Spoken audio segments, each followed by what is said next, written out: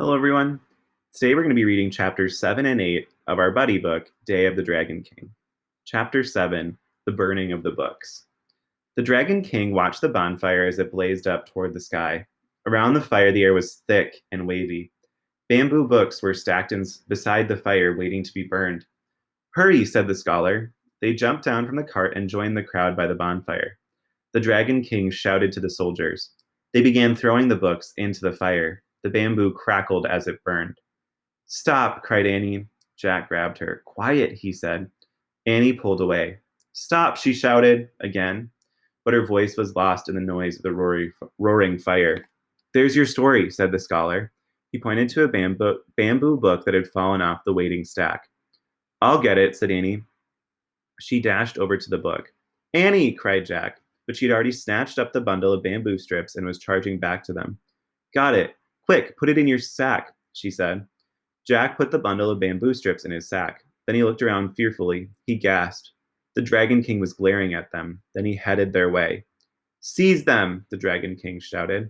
Run through the burial grounds, the scholar said to Jack and Annie. The soldiers will be afraid to follow. They fear the spirits of the ancestors.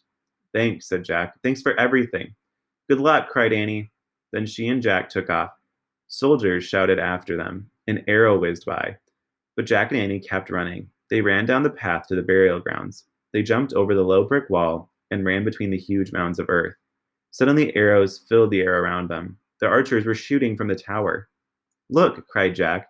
There was a doorway in one of the mounds. Jack and Annie ducked inside. There was a long hall lit with oil lamps. It's so quiet, said Annie. She walked down the passageway. Hey, there are some steps here. Don't go any farther, said Jack. Why not, said Annie. We don't know what's down there, said Jack. This is a burial tomb, remember? It's creepy. Let's just take a quick look, said Annie. Maybe it's the way out of here. Jack took a deep breath. You might be right, he said. Okay, but go slow. He didn't want to stumble upon a dead body. Annie started down the steep steps. Jack followed. The lamps lit their way as they kept going down and down. Finally, they reached the bottom. Jack blinked.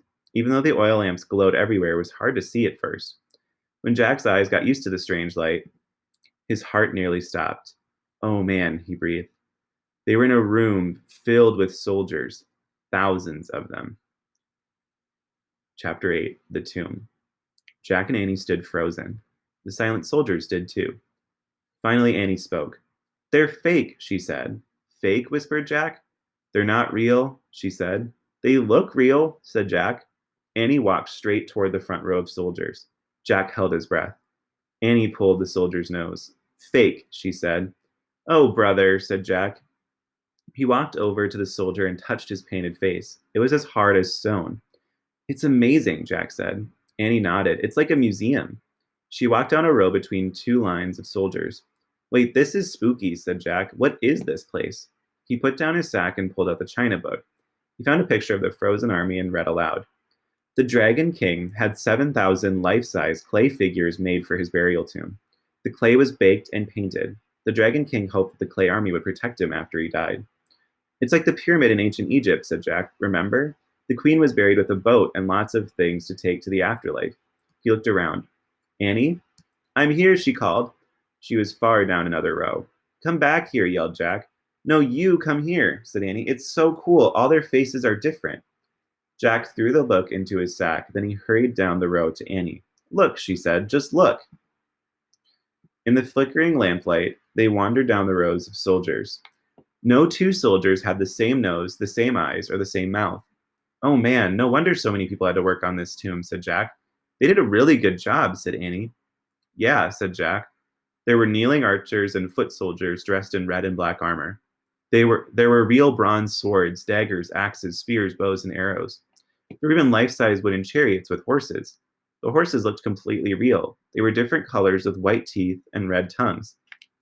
I have to take some notes about all this, said Jack. He pulled out his notebook and pencil. Then kneeling on the brick floor, he wrote, No two faces the same, not even the horses.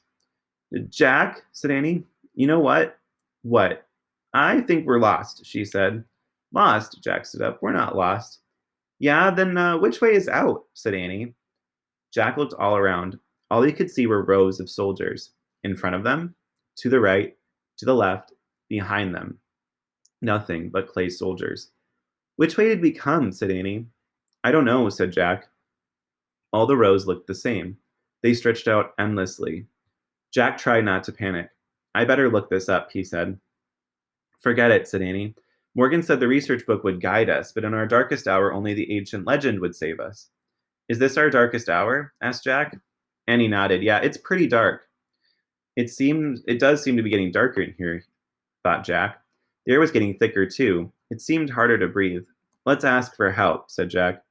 He reached into his sack and pulled out the bamboo book. He held it up and said, Save us.